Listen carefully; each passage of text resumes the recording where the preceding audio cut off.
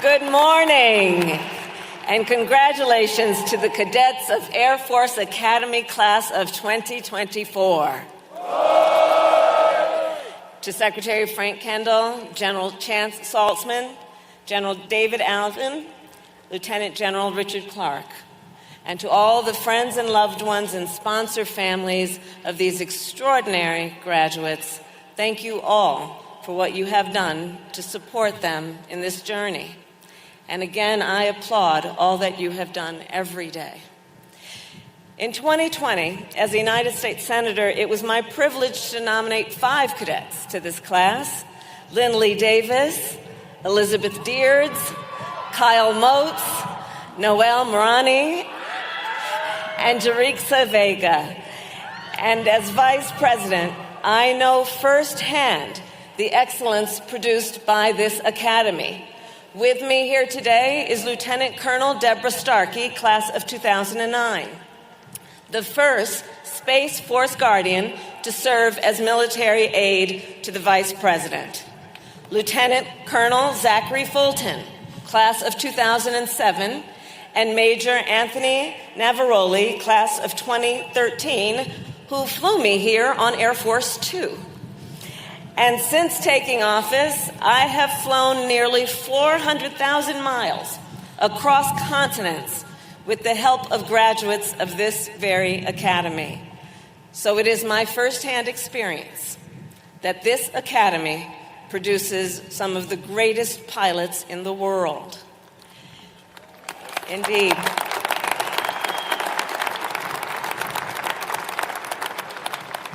Cadets, today you join generations of Americans who have graduated from this extraordinary institution. And let us reflect then on what that has required of you. You survived Beast and Recognition, Triple Threats, and Core Astro. And many of you even made it through Saigon Hall. Many. Together, you also celebrated victories at Acceptance Day and Commitment, and at Ring Dance and Job Drops. And I am told, on occasion, you did some celebrating off campus as well. At Parkway. And at Dub House. Mostly, apparently, on Thursdays. And I am informed that if you came back a little late and missed DI, or if you were one of the cadets who decided to, quote, borrow the superintendent's license plate, that today you could still have some tours to march off. Well, and I think your parents and family would be happy to know, you should know that I believe in the power of redemption. So to all whom this applies, listen carefully. I hereby waive any confinements and restrictions for minor violations of the cadet disciplinary system. You're welcome. Class of 2024. 4 years ago, you arrived here as strangers. And today, you graduate as one class and one family, united in selfless dedication to service and to our country. I believe there is no more noble work that one can do than to serve our nation in uniform. On behalf of our Commander-in-Chief, President Joe Biden, and our entire nation, it is my honor to congratulate you on taking your place in the long blue line. Today you join the United States Joint Force, our sword and shield. Today you join the ranks of the United States military, warriors who possess extraordinary skill, discipline, and dedication.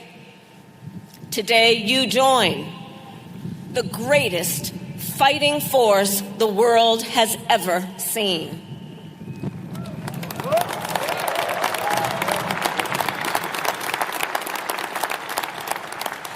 next month, we mark the 80th anniversary of D-Day, that shining moment of Allied bravery and sacrifice, made possible because of America's air power. In the months leading up to the landings, it was our pilots, our planes, and our air crews that knocked the enemy from the sky. It was America's forces in the air that bombed train tracks and fuel depots to prevent Nazi reinforcements from reaching the front lines, and helped defeat tyranny and fascism in Europe. 80 years ago, over the beaches of Normandy, America won control of the skies, and we have kept it ever since. From air-to-air combat over the Korean Peninsula, to providing close air support in Vietnam, from our dominance in Desert Storm and the Balkans, to Iraq and Afghanistan, America's record of air and space superiority has been unmatched and unbroken. And today, around the world, our allies are in awe, and our adversaries in fear of America's dominance in the air. We see it on NATO's eastern flank, where our air patrols deter Putin from extending and expanding his war of aggression. We see it in Ukraine, where our weapon deliveries and missile warnings help the people of Ukraine defend their homes and homeland, their sovereignty and territorial integrity. We see it in the Indo-Pacific, where our presence ensures a free and open region. We see it in space, where America's military watchful eye protects and supports our forces. And we see it in the Middle East, where last month, when Iran launched an unprecedented attack on Israel, it was our air and space forces that mounted an unprecedented defense, along with our allies and partners. More than 300 drones, cruise missiles, and ballistic missiles were fired at Israel. And thanks to our airmen and guardians, 99% of those threats did not hit their target. Cadets,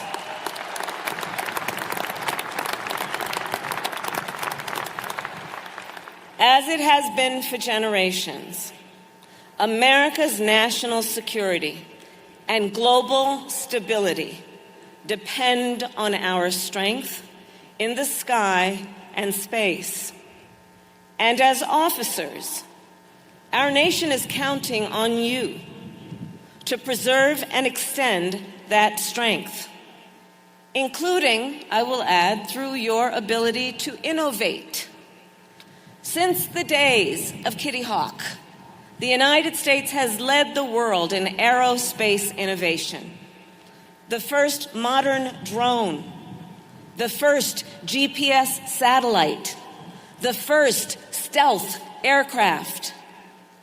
And you are uniquely positioned to carry on this legacy of innovation. Because after all, your generation grew up online. Technology that might be unfamiliar or even intimidating, maybe to some people on the stage, I don't know, but to previous generations, is intuitive and even exciting to you. Here at the Academy, it is you that built aircraft designed to neutralize drones. You who learned how to use AI to protect military technology in space. And as a point of personal pride, as chair of the National Space Council, I was particularly proud to learn that last November, you designed, built, and launched your own satellite Falcon XX, Sat X. Falcon Sat X. And I am confident that as the nature of warfare changes, you will make sure that no one will ever match, much less exceed, America's military power. As you innovate and shape our future, be guided then by the foundational beliefs that have defined our nation for centuries. Today is not only a graduation, it is a commissioning. In a few moments, you will take an oath, not to a person, not to a political party, but to the Constitution. An oath to support and defend the Constitution of the United States against all enemies, foreign and domestic. An oath to uphold our nation's highest ideals of liberty, equality, and justice, and to preserve and protect our democracy. This tradition goes back to the founding of our nation. And even in a world of continuous change, this oath, well, it remains constant. And I am confident that both in and out of uniform, this oath and the ideals it represents will guide you in all that you do. Class of 2024, I will conclude with this. As 4 degrees, as has been mentioned, you chose an exemplar to inspire and guide you, Major Leroy Homer, Jr., a 1987 graduate of this academy and first officer of United Flight 93 on September 11th, 2001. As has been said, Major Homer was a true American hero who gave his life to protect our country. And here today, as my honored guests, I've invited Major Homer's wife, Melody, and daughter, Laurel, to join us. And Melody and Laurel, thank you for all your family has done to serve our nation.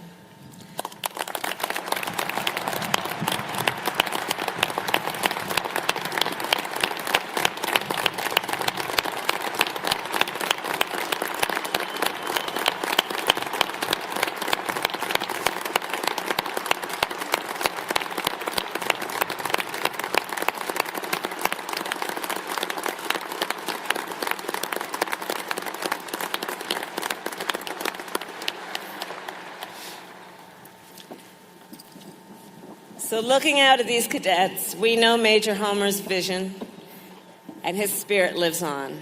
And graduates then, finally, I will say, wherever you go from here, you are ready. You all are ready. You have the skills, you have the knowledge, and the strength of character to meet any challenge. You are warriors.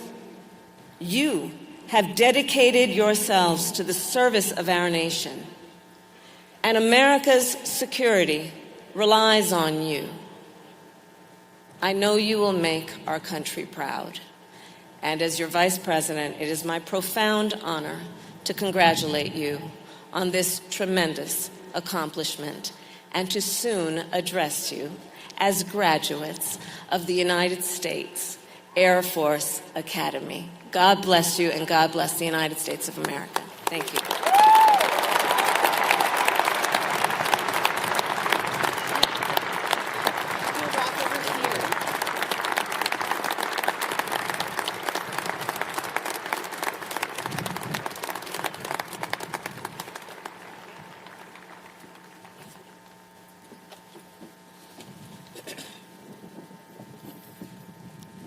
Ladies and gentlemen, the class president for 2024, Cadet First Class, Adedapo Adeboyejo.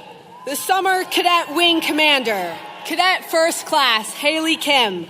The Fall Cadet Wing Commander, Cadet First Class, Isaac Bates. And the Spring Cadet Wing Commander, Cadet First Class, Abigail Worley. will present the class gifts to the Vice President of the United States.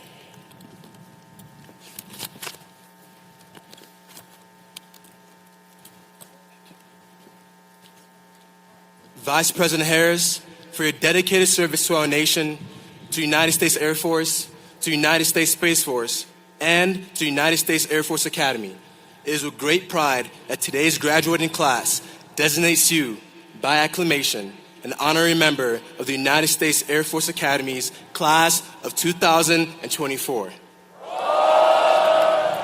As tangible evidence of that honor, we ask that you accept this painting by Justin Hayward on behalf of the United States Air Force Academy.